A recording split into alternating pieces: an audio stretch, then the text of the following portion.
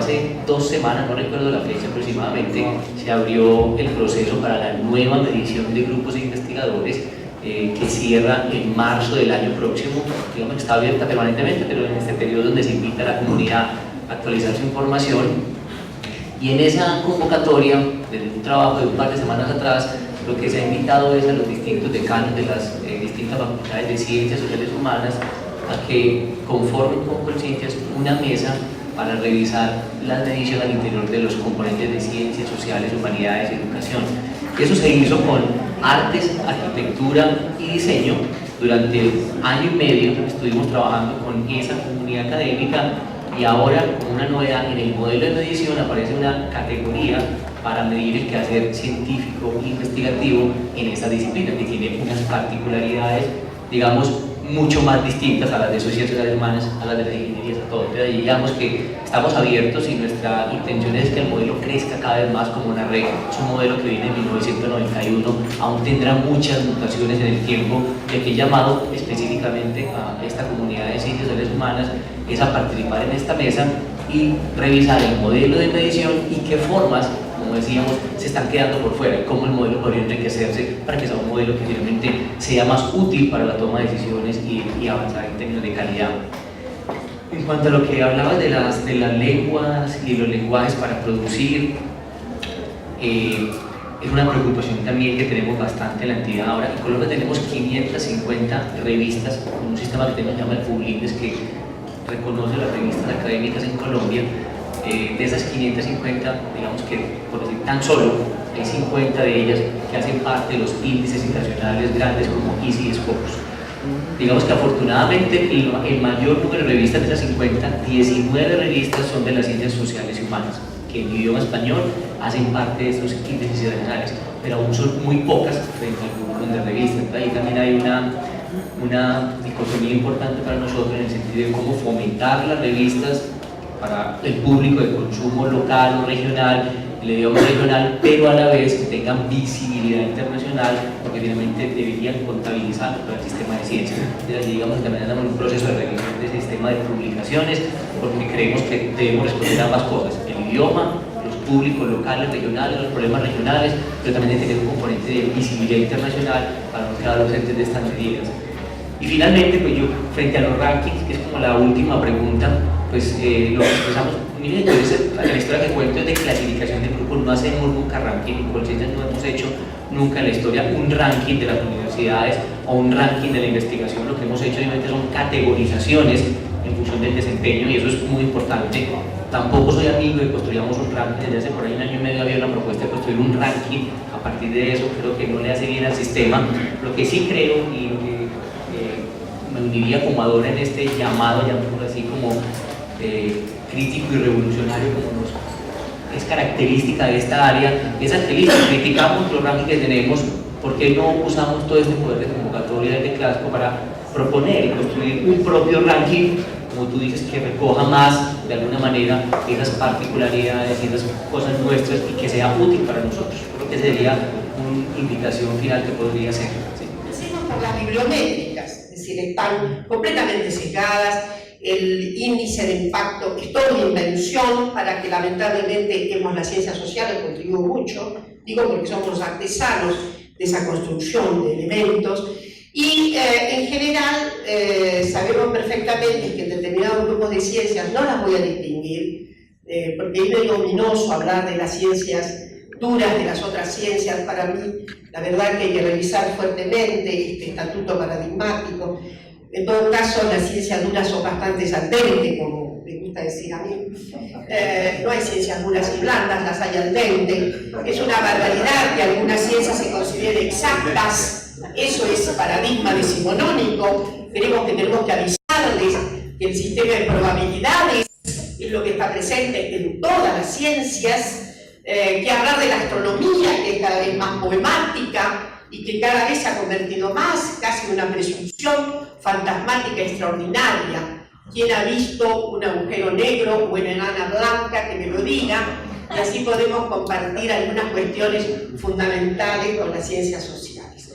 Vamos a las cosas, tengo pocos minutos.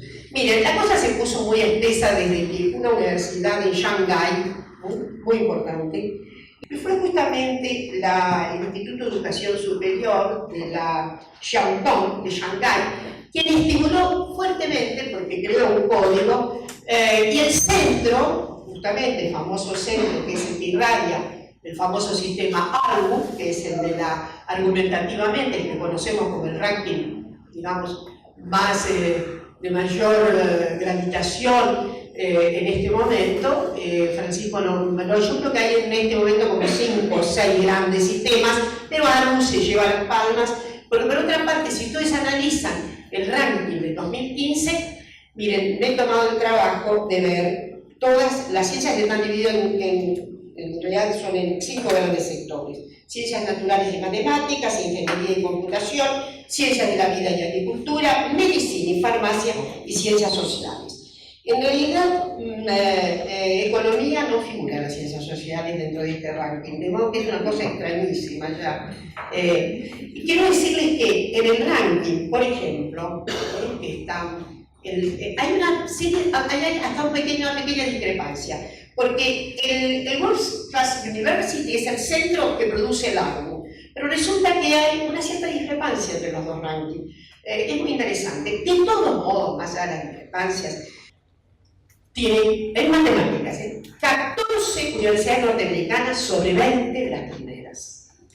En física, 13 sobre 20. Menos mal que existe la Tokio, que tiene el 7º lugar, el 7º y el 17, la de Nogoya. El resto, Europa, abstención total. Química, 18 sobre 20 son norteamericanas. Eso es, en el 14 aparece la Universidad de Múnich, alegría para los alemanes. Y en el 19, Estrasburgo, primera nota importante para la región. Estrasburgo en Francia, obviamente. Pero computación. Estados Unidos se lleva 16 de los primeros lugares, son los 20 primeros lugares. Menos mal que Toronto toma el 11. En economía, tú lo sabes bien, Alejandro, 17 sobre 20 son universidades norteamericanas. Desde luego, Chicago está en segundo lugar. Y en el ranking general, voy avisando a América Latina lo que nos va a pasar. La UBA está en el 367 lugar. La Plata, 744.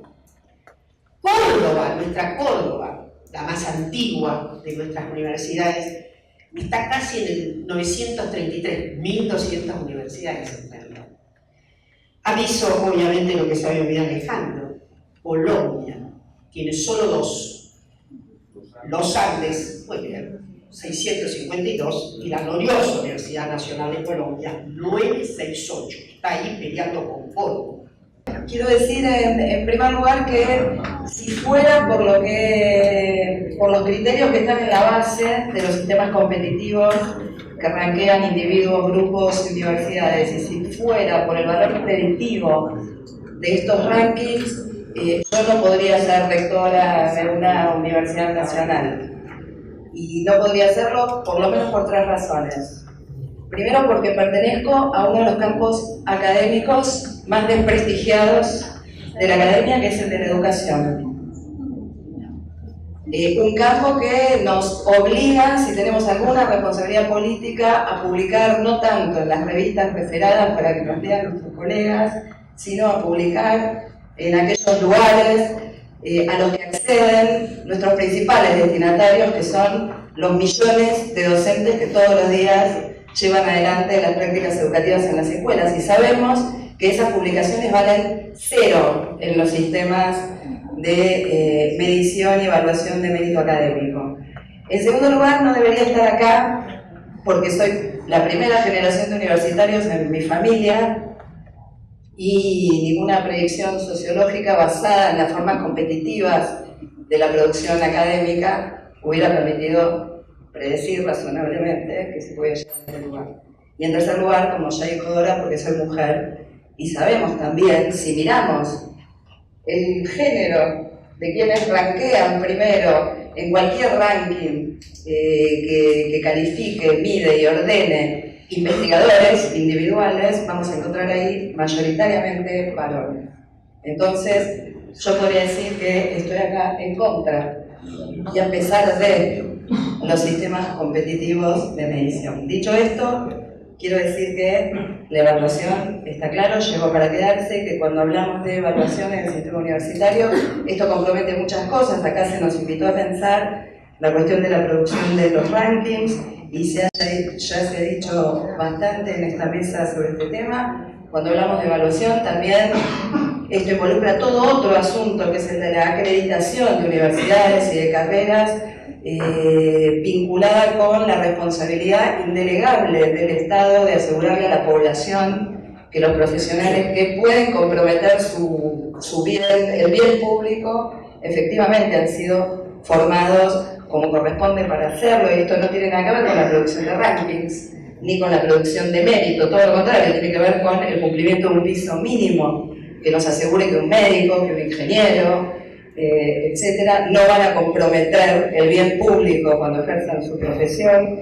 Cuando hablamos de evaluación también hablamos de distintas formas, y Alejandro se refirió muy de paso a este asunto, pero distintas formas de evaluación de desempeño que las universidades llevamos adelante. Hoy en Argentina este es un tema que está en el centro de la escena porque se acaba de aprobar un convenio colectivo de trabajo que sanciona por primera vez en nuestro país los derechos laborales de los trabajadores docentes e investigadores de las universidades, y por primera vez los docentes universitarios tenemos derecho a permanecer en nuestros cargos siempre que tengamos una evaluación de desempeño satisfactoria, con lo cual acá hay todo otro asunto para hablar en relación con la cuestión evaluación.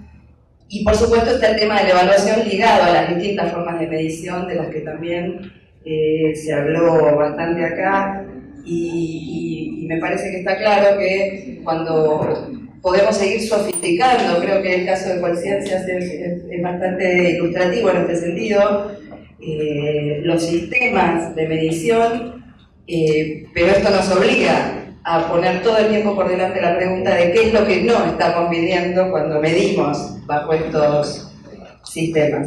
Entonces decía, la evaluación compromete todos estos asuntos, pero yo quisiera referirme en general a lo que significan las universidades vivir en contextos evaluativos. ¿Qué tanto las formas actuales de evaluación universitaria impactan, modifican la vida de las universidades? La vida de las universidades y lo que se hace en las universidades no permanece igual a sí mismo, y lo único que cambian son los sistemas de evaluación. Los sistemas de evaluación transforman el modo en que los investigadores y los docentes hacemos las cosas. Y en este sentido no solo mide, sino que produce un modo de vida académica. Y me gustaría referirme muy rápidamente a esto. Lo voy a hacer en honor al tiempo, dando algunos títulos que no tienen el estatus de tesis, pero serían 10 títulos, 10, para pensar la cuestión de la universidad. La primera es evidente, es más bien una sentencia descriptiva. Creo que tenemos que decir que la evaluación hoy es una práctica omnipresente en las universidades. Y esto quiere decir, todos evaluamos algo, todo se evalúa y todos somos evaluados, ¿no? Hemos llegado a ese punto que es una verdadera novedad, como decía Francisco. En los años 80 toda la cuestión de la evaluación tenía mucha menos intensidad, pero no podemos dejar de advertir el efecto que tiene sobre la vida de los universitarios pensar que todo se evalúa. Cuando digo todo, se evalúa la enseñanza, la investigación, la extensión, las publicaciones, el estado de la biblioteca, la infraestructura, el porcentaje de graduación, el nivel socioeconómico de los estudiantes, los comedores estudiantiles y todo lo que se les puede ocurrir es evaluado. Todos evaluamos, profesores, investigadores, estudiantes, todos evaluamos algo o alguien dentro de las universidades. Y efectivamente todos somos evaluados, profesores, investigadores, estudiantes, autoridades, y el sistema universitario mismo. Me voy a referir a algunos de los cambiamientos hechos aquí. Aquí Carvajal habló de lo multiétnico. Yo tuve una experiencia interesante casualmente en Colombia cuando yo dirigía el Instituto Internacional de Educación Superior de UNESCO en Yesal, que creamos con un vicerrector de la Universidad de San Buenaventura, Manuel Ramiro Muñoz. Él está ahora en la Javeriana de Cali. Creamos primero en Toribío, en una montaña a 3 horas de Cali, creamos una cátedra UNESCO en la comunidad indígena de los Nasa. Primera tarea que hicieron ellos fue hacer una propia historia de esa comunidad, que era una comunidad que producía prácticamente todo lo que consumía, otros valores, otras formas de vida. Y recuerdo casualmente que bajando un día de aquella montaña, polvoriento, en el automóvil que íbamos, el transporte que íbamos, un jeep, pensaba yo, cuando ellos entregaron el primer resultado, bueno, ¿cómo yo evalúo esto? Esto no es un posgrado, esto no es una licenciatura. Y se me ocurrió hacer un diploma de maestro de sabiduría. Se lo consulté al director Federico Mayor, me dijo, perfecto, haz eso mismo. Aquí eso tuvo un impacto enorme en Colombia. Incluso uno de esos maestros de sabiduría, fueron 12 si mal no recuerdo, llegó a senador de la República, Jesús Piñacué. Recientemente tuve una experiencia con la Universidad Nacional de Colombia. Me invitaron a hacer una proyección de qué debería ser en el año 2034 la Universidad Nacional de Colombia. Ya se publicó un estudio en 3 tomos, el trabajo mío está en el 2.º tomo. Es un grupo de muy alto nivel y precisamente una de las cuestiones que planteo en este trabajo, que creo que también se puede acceder en la red, y si no se lo mando, es que la evaluación no la podemos ver aislada de otra serie de variables claves, como por ejemplo el financiamiento de la universidad, entre otras muchas. Por tanto, la evaluación y la acreditación hay que verla en el contexto, y en esas ideas un poco va a ser la proyección, la idea de lo que tenemos nosotros que debería ser esta universidad en el 2034. Decía la profesora cubana de la Universidad de La Habana, mi conterránea Teresa Torres, es posible hacer un sistema de evaluación humanista latinoamericano, que hay experiencia suficiente en América Latina para crear esto que plantea la profesora Teresa Torres. Yo pienso que los evaluadores tienen que tener muy alto nivel, porque ¿cuál es el problema? Y eso lo vivimos en Cuba, que cuando los evaluadores son gente joven, que son percibidos como burócratas, que son más burócratas que grandes profesores, la comunidad universitaria reacciona negativamente. En Cuba tuvimos ese problema y eso después lo resolvimos incorporando a los equipos de evaluación gente de mucho más alto nivel. Bueno, la universidad a la cual yo soy rector es un poco diferente probablemente a la que ustedes tienen. Y en esta universidad el tema de participación triestamental, tal como dicen aquí en el documento que ustedes hicieron muy generosamente, yo fui elegido por estudiantes, trabajadores y profesores en una elección que se discute mucho en nuestro país el porcentaje. Nosotros todavía tenemos 70, 20, 10, ¿ya? Pero yo tengo la impresión de que el movimiento estudiantil está llegando en Chile a 60, 30, 10. O sea, 60 para los profesores en sus distintas categorías, 30 para los estudiantes y 10% para los funcionarios y trabajadores. Creo que eso es lo que se va a llegar en un tiempo más, ¿ya? En Chile pasó de ser un espacio de élite, un espacio de las capas altas de la población. En los años 40, 50, 60, los que iban a las universidades eran los ricos, ¿no? Así dicho de una manera sencilla y clara. Ya en los años 60 fue un momento de revuelta estudiantil muy importante. Nosotros, yo personalmente, era estudiante de filosofía, y el año 1967 nos tomamos la Universidad Católica de Valparaíso, con gran escándalo del señor obispo, ¿ya? Y muchos otros. Y ahí se empezó a democratizar el sistema. En mi país esa democratización significó de que aumentó al doble la matrícula universitaria entre el 68, 69, 70, para los que no se recuerdan, fue el gobierno de Salvador Allende, ¿ya? Y por lo tanto se fue al doble la matrícula en ese momento, en un ámbito de democratización interna muy importante. Pero el 73 se volvió hacia atrás con la dictadura, se volvió hacia atrás. Entonces en el año 90, cuando terminó la dictadura y empezó nuevamente una transición a la democracia muy compleja, no es el tema en este momento de contarle, había una demanda por estudiar en las universidades enorme e insatisfecha. ¿Ya? ¿Y qué ocurrió ahí? ¿No es cierto? Ocurrió de que las universidades estatales no lograron captar toda esa demanda y surgió una cantidad de universidades privadas. Universidades privadas, y en Chile entonces se estableció un sistema de universidades privadas y universidades estatales. En este momento las universidades privadas tienen aproximadamente casi el 60% de la matrícula universitaria. ¿Ya? Entonces, aquí viene un momento, digamos, en que, bueno, todo el mundo estaba feliz de entrar a la universidad, etcétera, etcétera, y se amplió, las cifras son increíbles. Pero es lo mismo que aquí en Colombia, lo mismo que en distintas partes, en momentos distintos, en distintos ritmos, pero se amplió enormemente la matrícula. Lo que es un derecho, lo que está bien. En la universidad de la cual yo soy rector, casi un 60% de los chiquillos son el primero que entró a la universidad de su familia. ¿Ya?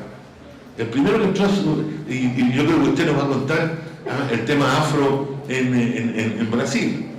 En nuestra universidad hay una cantidad muy grande de muchachos descendientes de indígenas, mapuche el grupo indígena en Chile, etc. Lo cual es una cosa muy importante. Es una cosa muy importante. Pero al lado de eso, la masificación implica siempre problemas con la calidad. ¿No? En la medida que antes nadie discutía, cosa que hoy, en la reunión del lado varios dijeron, nadie discutía que había que acreditar una universidad. La Universidad Central aquí, la Universidad Nacional, etc. La Universidad de Chile, nadie. ¿Por qué le iban a acreditar?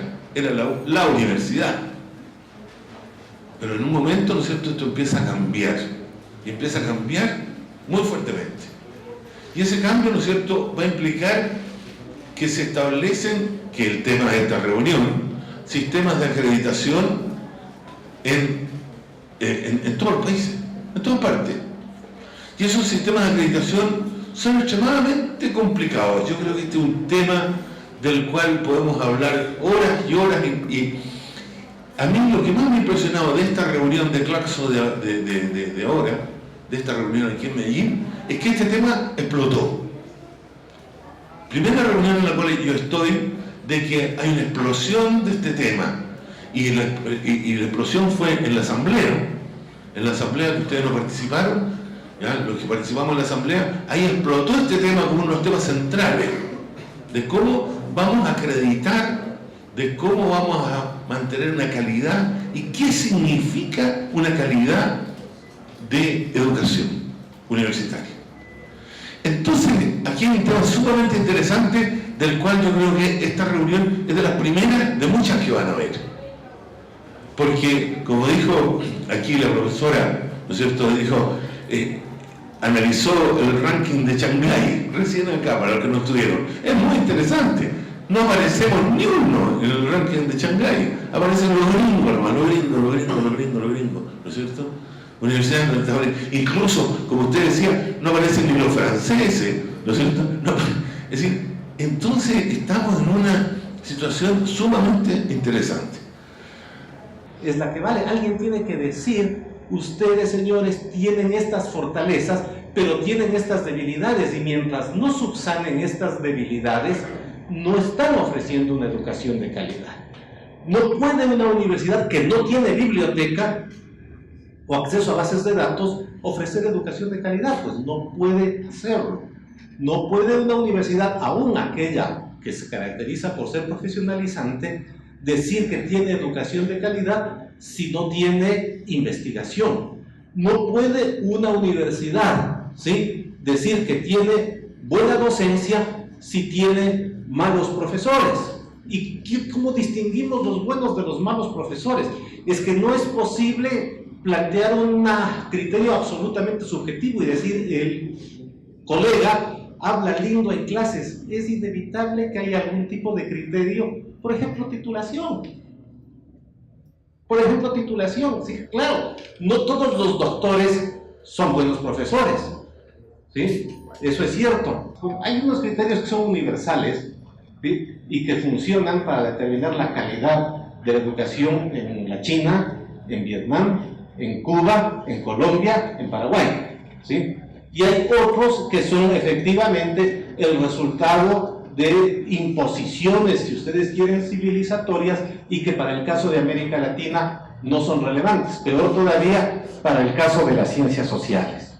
¿Cómo se reconoce la existencia de ciencia sino a partir de una comunidad que reconoce un ejercicio de producción de conocimiento como científico? Una comunidad epistémica. La comunidad de los odontólogos reconoce que el ejercicio que está haciendo un dentista cruel, todos los dentistas son despiadados, de investigación, es científico, pero es una comunidad epistémica, igual con las ciencias sociales. Retomando algunos de los puntos que se tenían en las presentaciones anteriores, quiero retomar el tema de la calidad.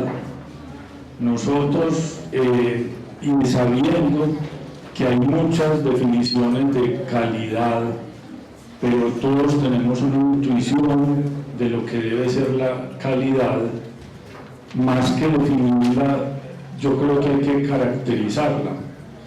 Y sabemos que la calidad tiene muchos componentes que van desde la calidad de los profesores, es decir, en términos, por ejemplo, de la formación del profesorado de las universidades, la capacidad de producir conocimientos, la capacidad de hacerlos transferibles a los estudiantes y a la sociedad. Ese es un tema pues bien interesante en ese capítulo, el profesorado. Luego también existe todo el tema, digamos, de infraestructura educativa, el tema de los medios educativos, la tecnología para la educación y también, obviamente, la calidad del estudiantado. Y ahí es donde, lo decían ustedes ahora, la calidad también es un elemento importante de la democratización. Una formación profesional sin calidad lo que genera es frustración y exclusión. Y por eso es muy importante, además de aumentar la cobertura, y el ejemplo de la Universidad de Antioquia es bien disidente. En el año, a finales de la década del 90, la universidad tenía aproximadamente 16.000 estudiantes de pregrado, hoy cuenta con aproximadamente 33.000 estudiantes. Digamos que en cuanto a cobertura, la universidad dio un salto muy grande, y esa cobertura también ha ido acompañada de una composición de la población que ha sido fundamentalmente de los estratos 1, 2 y 3. Ese es un tema bien importante, pero también cuando hablamos de democratización, y sería muy bueno escuchar las experiencias de ustedes, porque también hay otros elementos de la democratización, y es la inclusión. En el caso de las poblaciones de diferentes etnias o de diferentes condiciones, pero en el tema de la calidad, yo sí creo que hay que hacer una insistencia grande, porque educación superior sin calidad no genera absolutamente ninguna posibilidad de que la sociedad avance. Y esa es una premisa básica del desarrollo de los pueblos y de las sociedades. Los verdaderos pobres de la sociedad ni siquiera están teniendo oportunidad de ingresar a la educación superior, porque llegan o ni siquiera acceden a una formación básica, primaria y secundaria de calidad, y llegan a la universidad con unos déficits grandes en competencias que son básicas para la vida, como las matemáticas, la comprensión lectora y otras. Entonces, en ese compromiso con la calidad, yo estoy convencido que la sociedad tiene que dar un paso y que las exigencias por parte de la sociedad sobre los profesionales formados en las más altas condiciones de calidad tiene que ser un reto importante. Pero hay otro tema que sería muy bueno discutirlo acá, y es cuando hablamos de la democratización, ¿qué entendemos? Y me gustaría saber cuál ha sido la experiencia de ustedes, panelistas, ¿qué entendemos por democracia en las universidades?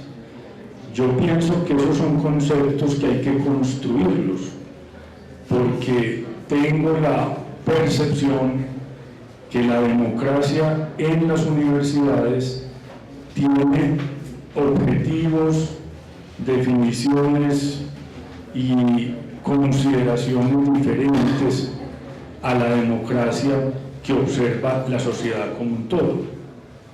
¿Cómo construimos ese concepto de democracia en la universidad?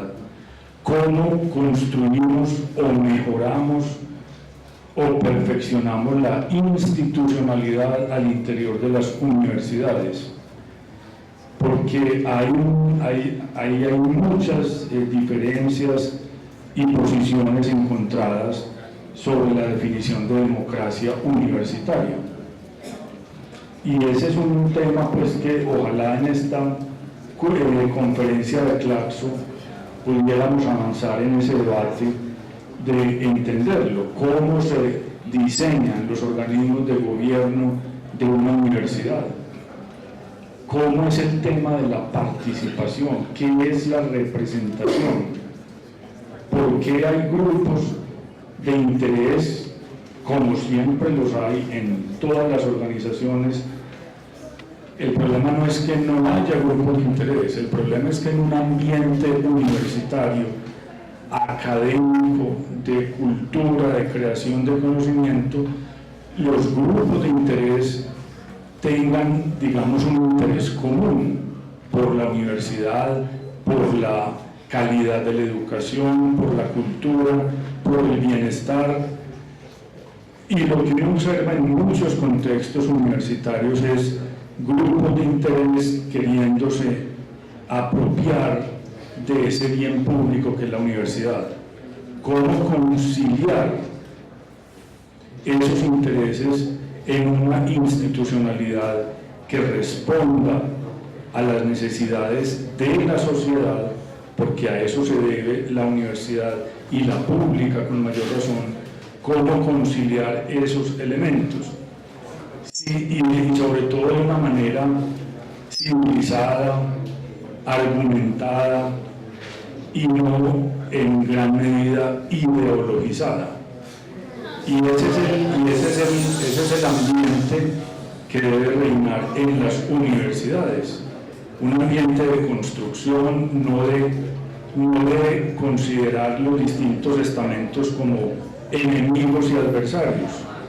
Entonces, esos temas que son los centrales, la democracia, digamos, universitaria entendida como un mayor acceso, digamos que es una discusión absolutamente necesaria, importante, y además es una obligación del Estado y de las universidades, cómo lograr que la mayoría de los jóvenes tuvieran la oportunidad de ingresar a la educación superior, y no solamente a las universidades, a la formación técnica, tecnológica, porque ese es todo el panorama completo de la educación superior.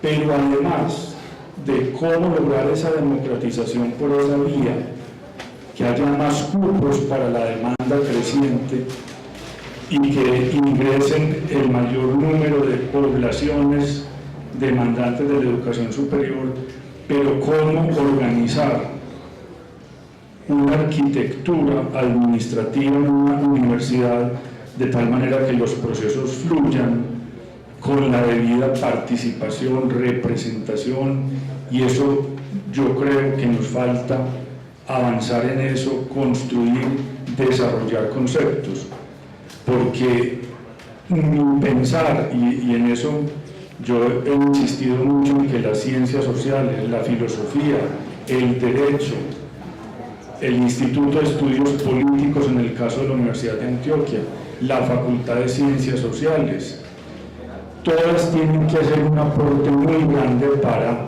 desarrollar esa conceptualización.